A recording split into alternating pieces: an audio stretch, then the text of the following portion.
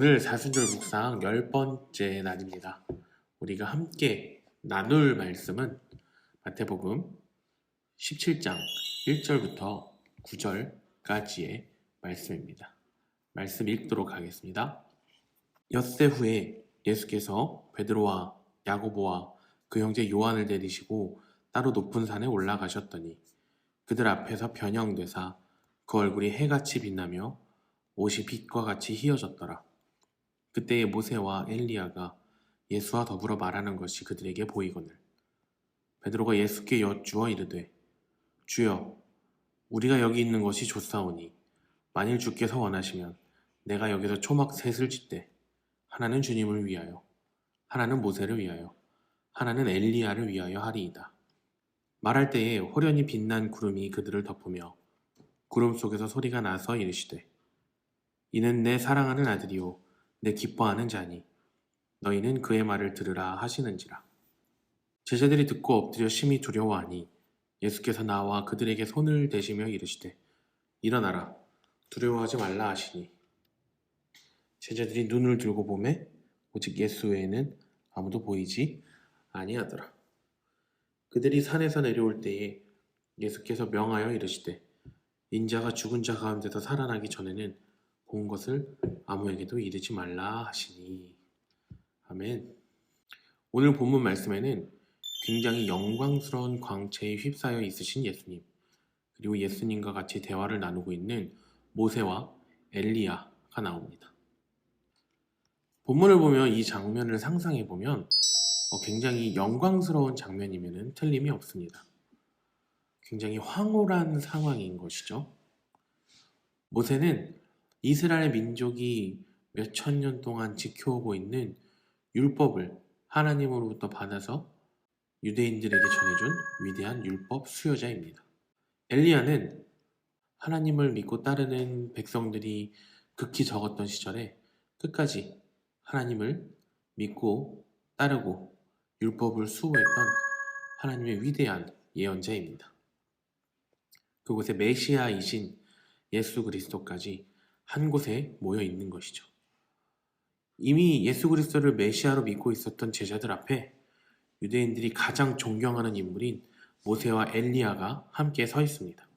어쩌면 그곳에 있는 제자들은 이제 하나님께서 능하신 팔을 펴서 이스라엘의 왕권을 회복하고 하나님의 왕국이 이 땅에 세워져서 그들이 그토록 바라던 초강대국 이스라엘이 탄생하는 순간 이지 않을까라는 기대감에 사로잡혔을 것입니다.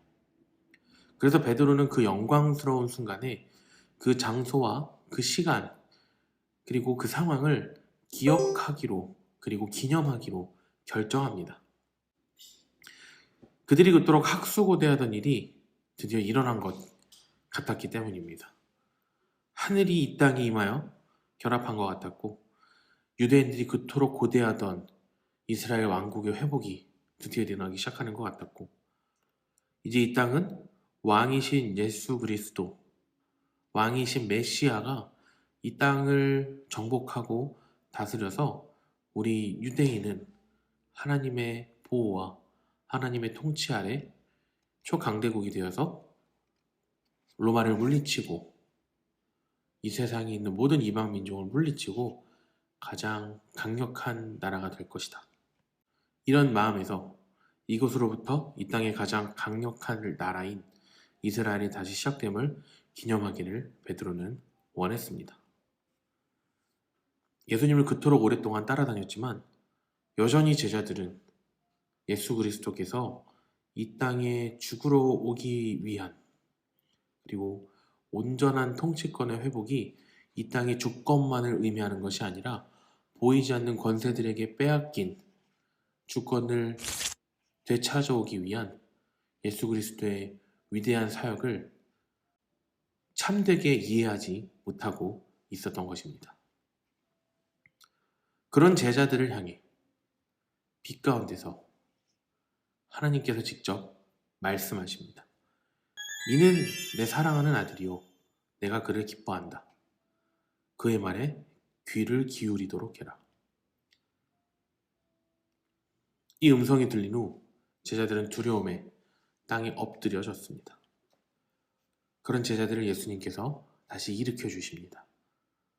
근데 제자들이 둘러보니까 아까 그 영광스럽던 황홀경의 장면이 더 이상 그들의 눈앞에 펼쳐져 있지 않고 오직 예수 그리스도 한 분만 서 계셨습니다. 예수님은 제자들에게 이렇게 경고하십니다. 오늘 본 것을 내가 죽은 자 가운데서 살아나기 전에는 아무에게도 말하지 말라고. 하나님을 믿고 따르는 우리의 태도가 이 베드로와 같지는 않습니까? 잠시 보이는 어떤 징조를 보며 마치 내 기도처럼 움직여주신 하나님이라고 이야기하며 이곳 저곳에 참되고 진정한 감사의 의미보다는 그 일을 통해서 나를 드러내고 나를 높이고 내 기도에 놀랍게 응답하신 하나님이 아니라 나의 기도이기 때문에 들어주신 하나님을 자랑하고 있지는 않습니까? 하나님은 하나님의 뜻을 이루기 위해 일하십니다. 우리는 그 하나님의 일하심에 예수 그리스도의 보혈의 공로로 말미암아 동참할 수 있는 은혜를 거저 받아서 누리는 것뿐입니다. 하나님께서 우리 삶에 놀라운 일을 보여주실 때 우리는 경거망동하여서 우리 감정에 취해 우리의 방법으로 하나님을 높여드리고 하나님을 영화롭게 하기 위한 방법을 찾는 것이 아니라 하나님께서 기뻐하실 만한 방법으로 하나님의 뜻에 맞춰서 하나님의 이름을 영화롭게 해드려야 합니다. 하나님께서 우리에게 말씀하시는 것은 그의 아들 예수 그리스도의 말에 귀를 기울이라는 것입니다. 그리고 그 말씀을 듣고 따르라는 것입니다. 예수님의 말씀은 우리에게 주신 성경을 통해 지금까지 전해지고 있습니다.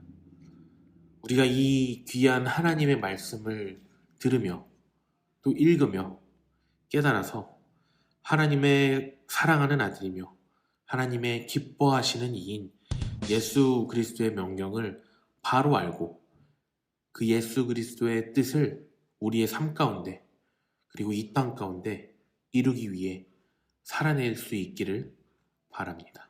예수님께서 먼저 그 나라와 그 의를 구하라고 하셨습니다. 그리하면 우리에게 이 모든 것을 더하여 주신다고 하셨습니다.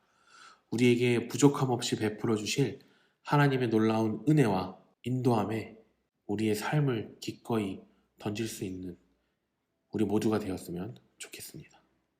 기도하겠습니다. 살아계신 하나님의 아들이신 주 예수님, 우리에게 당신의 영광을 보이시고 당신이 우리에게 하시는 말씀에 귀를 기울일 수 있도록 하여 주시옵소서. 예수님의 이름으로 기도드립니다. 아멘.